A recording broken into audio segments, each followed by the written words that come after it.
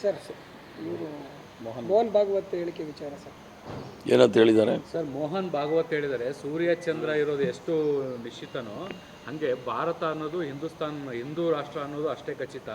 ಭಾರತದಲ್ಲಿ ಒಬ್ಬ ಈ ಹಿಂದೂ ಪರಂಪರೆಯನ್ನು ಫಾಲೋ ಮಾಡೋರು ಇರೋವರೆಗೂ ಕೂಡ ಭಾರತ ಹಿಂದೂ ರಾಷ್ಟ್ರ ಆಗಿರುತ್ತೆ, ಅದರಲ್ಲಿ ಯಾವುದೇ ಅನುಮಾನ ಇಲ್ಲ. ಅದಕ್ಕೆ ಯಾವುದೇ ಸಾಂವಿಧಾನಿಕ ಮಾನ್ಯತೆ ಬೇಕಾಗಿಲ್ಲ ಅಂತ ಹೇಳಿದ್ದಾರೆ. ಸೂರ್ಯ ಚಂದ್ರ ಇರೋರಿಗೆ ಎಷ್ಟು ಸತ್ಯನೋ ಅಷ್ಟೇ ಸತ್ಯ ಯಾವ ಸಂಘಟನೆಯ ಮುಖ್ಯಸ್ಥರಾಗಿದ್ದಾರೆ ಅದು ಕಾನೂನು ಬಾಹಿರವಾದ ಸಂಘಟನೆ. ಅವರೇ ಒಪ್ಕೊಂಡಿದ್ದಾರೆ ಅದು ರಿಜಿಸ್ಟರ್ಡ್ ಆರ್ಗನೈಸೇಷನ್ ಅಲ್ಲ ಅಂತ ಹೇಳಿ. ಸಾಂವಿಧಾನಿಕ ಚೌಕಟ್ಟಿನಲ್ಲಿ ಅವರು ನೋಂದಾಯಿಸಿಲ್ಲದೆ ಇರತಕ್ಕಂಥ ಸಂಘಟನೆ, ಅದಕ್ಕೆ ಕಾನೂನು ಬಾಹಿರ ಸಂಘಟನೆ ಅಂತ ಹೇಳ್ತೀವಿ. ಇವ್ರು ಯಾರಂತೆ ಪಾರ್ಲಿಮೆಂಟ್ ವಿಚಾರದಲ್ಲಿ ಮಾತಾಡೋಕ್ಕೆ? ಪಾರ್ಲಿಮೆಂಟಲ್ಲಿ ಸಂವಿಧಾನದಲ್ಲಿ ಬದಲಾವಣೆ ಮಾಡೋದೇನು ಬೇಕಾಗಿಲ್ಲ ಅಂತಾರೆ.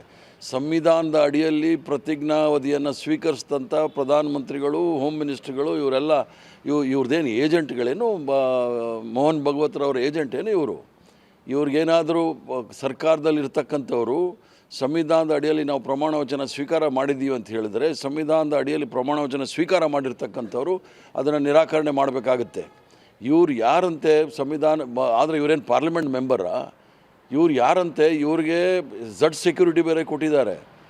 ಇವ್ರು ಅದು ನಿಷೇಧ ಆಗಿಲ್ಲ ಅಷ್ಟೇ ಸಂಘಟನೆ, ಕಾನೂನು ಬಾರವಾದ ಸಂಘಟನೆ ನಡೆಸೋರಿಗೆ ನೀವು ಝಡ್+ ಸೆಕ್ಯೂರಿಟಿ ಹೆಂಗೆ ಕೊಡ್ತೀರಾ?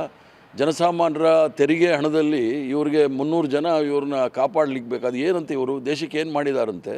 ಆದ್ದರಿಂದ ಇದು ಭಾಳ ಗಂಭೀರವಾಗಿ ತೆಗೆದುಕೊಳ್ಬೇಕಾಗುತ್ತೆ. ಸಂವಿಧಾನದ ವಿರುದ್ಧ ಹೇಳ್ತಾ ಇದ್ದಾರೆ. ಇವ್ರ ಬಗ್ಗೆ ಗಂಭೀರವಾಗಿ ಎಲ್ಲರೂ ಸಹ ಯೋಚನೆ ಮಾಡಬೇಕಾಗುತ್ತೆ. ಸರ್, ಈಗ KN ರಾಜಣ್ಣ ಅವರು ರಾಹುಲ್ ಗಾಂಧಿ ಅವರಿಗೆ ನಿರಂತರವಾಗಿ ಪತ್ರ ಬರೀತಾ ಇದ್ದಾರೆ. ಈಗ ಹೊಸದೊಂದು ಪತ್ರ ಬರೆದಿದ್ದಾರೆ.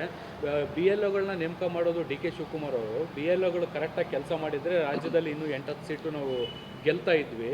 ಸೊ ಇದೇ ರೀತಿ ಬೇರೆ ರಾಜ್ಯಗಳಲ್ಲೂ ಕೂಡ ಆಗಿದ್ದರೆ ನರೇಂದ್ರ ಮೋದಿ ಅಧಿಕಾರಕ್ಕೆ ಬರೋ ಪ್ರಶ್ನೆನೇ ಮುಗ್ತಾ ಇರಲಿಲ್ಲ ಅಂತ ಹೇಳಿದ್ದಾರೆ. ಅಲ್ಲಿಗೆ ಪರೋಕ್ಷವಾಗಿ KPCC ಅಧ್ಯಕ್ಷರು ಸಮರ್ಥವಾಗಿ ತಮ್ಮ ಕೆಲಸವನ್ನು ಮಾಡಿಲ್ಲ ಅನ್ನೋ ಥರದಲ್ಲಿ ಅವರು ಪತ್ರದಲ್ಲಿ ಉಲ್ಲೇಖ ಮಾಡಿದ್ದಾರೆ. ಈಗ ಪಾರ್ಲಿಮೆಂಟ್ ಚುನಾವಣೆಯ ಏನು ರಿಸಲ್ಟ್ಸ್ ಬಂತು, ಆದ ನಂತರ ಮಧುಸೂದನ್ ಮಿಸ್ತ್ರಿ ಅವರ ನಾಯಕತ್ವದಲ್ಲಿ ಒಂದು ಕೂಲಂಕುಷವಾದ ವಿಚಾರಣೆ ನಡೆದಿದೆ. ನಾವೆಲ್ಲರೂ ಸಹ ಏನೇನು ನಡೆದಿದೆ ಅನ್ನೋದನ್ನು ಮಧುಸೂದನ್ ಮಿಸ್ತ್ರಿ ಅವ್ರಿಗೆ ಅವ್ರು ಬಂದಿದ್ದಂಥ ಟೀಮ್ ಅವ್ರಿಗೆ ನಾವು ಹೇಳಿದ್ದೀವಿ. ಆದ್ದರಿಂದ ಚುನಾವಣೆ ಬಂದಿರತಕ್ಕಂಥ ಫಲಿತಾಂಶ ಅದರ ಬಗ್ಗೆ ವಿಶ್ಲೇಷಣೆ ಮಾಡಬೇಕಾದ್ರೆ ಅದು ಮಧುಸೂದನ್ ಮಿಸ್ತ್ರಿ ಅವ್ರು ಮಾಡಬೇಕು ಮತ್ತು AICC ಅವ್ರು ಮಾಡಬೇಕು. ರಾಜಣ್ಣ ಅವರು ಅವರ ಅನಿಸಿಕೆಗಳನ್ನ ಹೇಳಿದ್ದಾರೆ. ಪ್ರಜಾಪ್ರಭುತ್ವದೆಲ್ಲ ನಡೆಯುತ್ತೆ, ಫ್ರೀಡಮ್ ಆಫ್ ಸ್ಪೀಚ್. ಅಲ್ಲ, ನೀವು ಪ್ರಮುಖವಾಗಿ ಪ್ರಸ್ತಾಪ ಮಾಡ್ತಾ ಇದ್ದಂಥ ವೋಟ್ ಚೋರಿ ಬಗ್ಗೆ ಏನು ಮಾಡ್ತಾ ಇದ್ದೀರಿ ದೇಶಾದ್ಯಂತ, ಆ ವೋಟ್ ಚೋರಿ ಬಗ್ಗೆನೇ ಪ್ರಸ್ತಾಪ ಮಾಡಿದಾರಲ್ಲ. ಈಗ ವೋಟ್ ಚೋರಿ ಅದು ವಿಚಾರ ಬೇರೆ, BLA BLO ಮಾಡ್ತಕ್ಕಂಥದ್ದು ಆ ವಿಚಾರಗಳು ಬೇರೆ.